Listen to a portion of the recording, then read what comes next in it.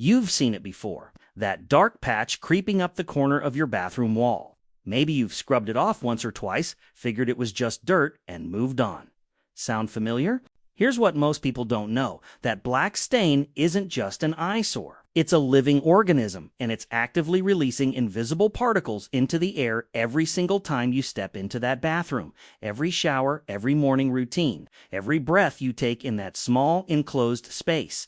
And the scariest part, you can't see it happening. Mold doesn't wait for you to notice it. It spreads silently, releasing microscopic spores into the air long before the damage becomes visible on your walls. What looks like a minor bathroom problem could be something your lungs have already been dealing with for months.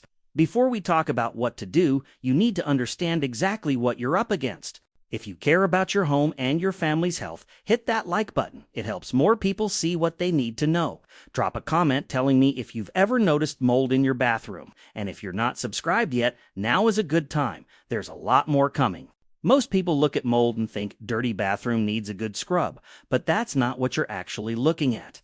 What's growing on that wall isn't dirt that built up over time. It's a living fungus, a real biological organism that feeds, grows, and reproduces right there in your home. And unlike dust or grime, mold doesn't just sit there passively. It's active. It's constantly expanding, sending out tiny reproductive structures called spores, looking for new surfaces to colonize. That dark patch you see today was smaller last week, and if nothing changes, it'll be bigger next week. Mold doesn't stop on its own. What makes this even more unsettling is that mold doesn't appear by accident. It shows up because the conditions are right, and once those conditions exist, the fungus moves fast. It doesn't need much. Just the right amount of moisture, a surface to cling to, and time. That's it, and bathrooms.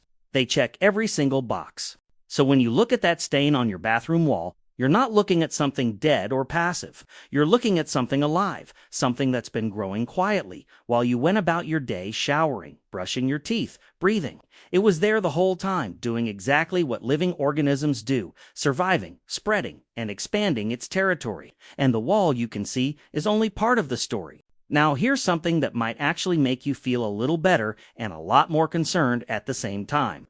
The mold in your bathroom isn't there because you're not cleaning enough. It's there because your bathroom was practically designed to grow it. And that's not an exaggeration. Think about what happens every single time someone takes a shower. The temperature rises, steam fills the air, water hits every surface, and all of that warm moisture just hangs there, trapped. Most bathrooms have little to no airflow, small windows, or no windows at all. That heat and humidity have nowhere to go. They settle into the walls, the grout, the ceiling, the corners. And mold feeds on exactly that. Moisture is its fuel, warmth is its accelerator, and poor ventilation is what keeps everything locked in place. This is why you can scrub your bathroom every single week and still watch the mold come back. Because the problem was never really about the surface. The environment itself is what's keeping the fungus alive and thriving.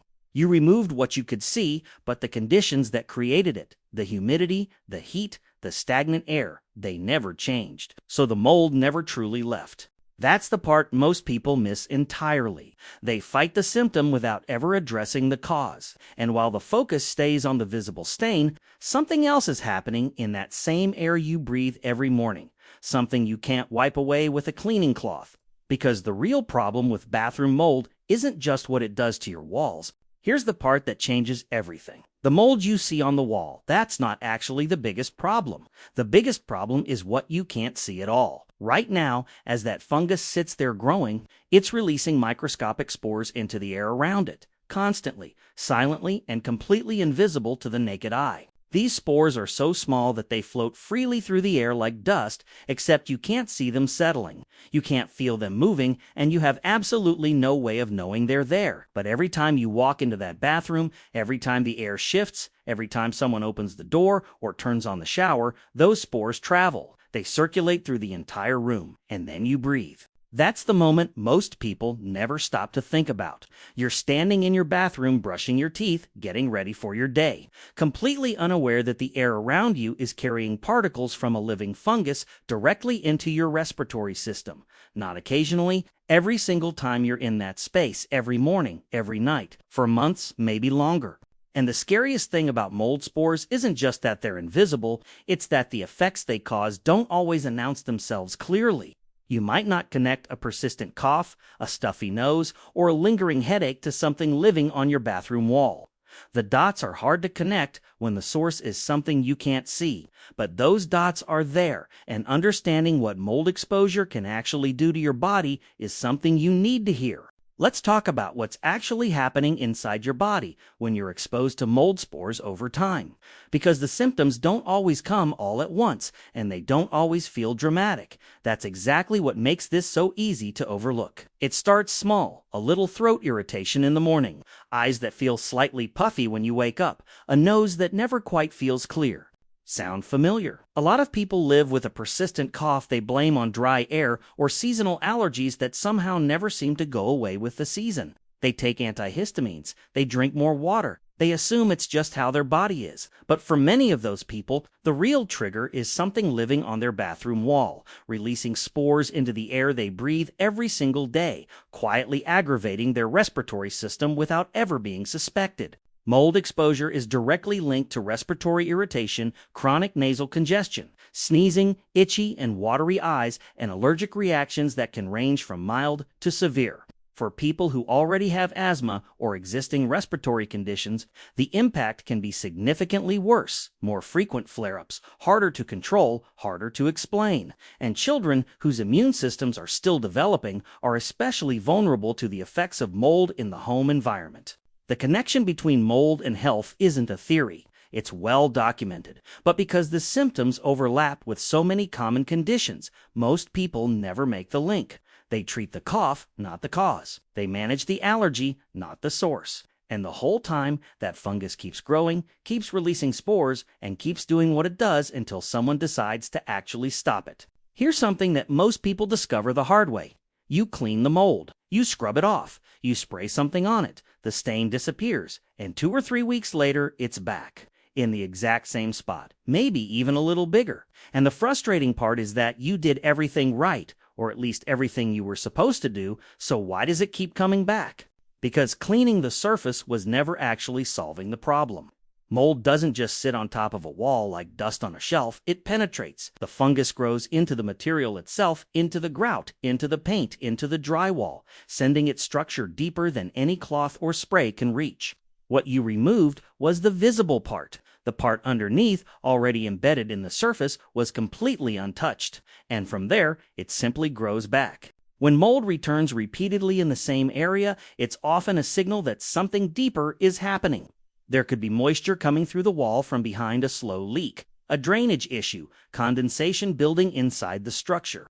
Poor ventilation makes everything worse, trapping humidity against surfaces day after day until the conditions for mold growth become essentially permanent. At that point, no amount of surface cleaning is going to change the outcome. This is the part where the real solution has to start, not with a cloth, but with understanding what's actually feeding the problem. Because once you know what the fungus is living on, you can start thinking about how to actually take that away.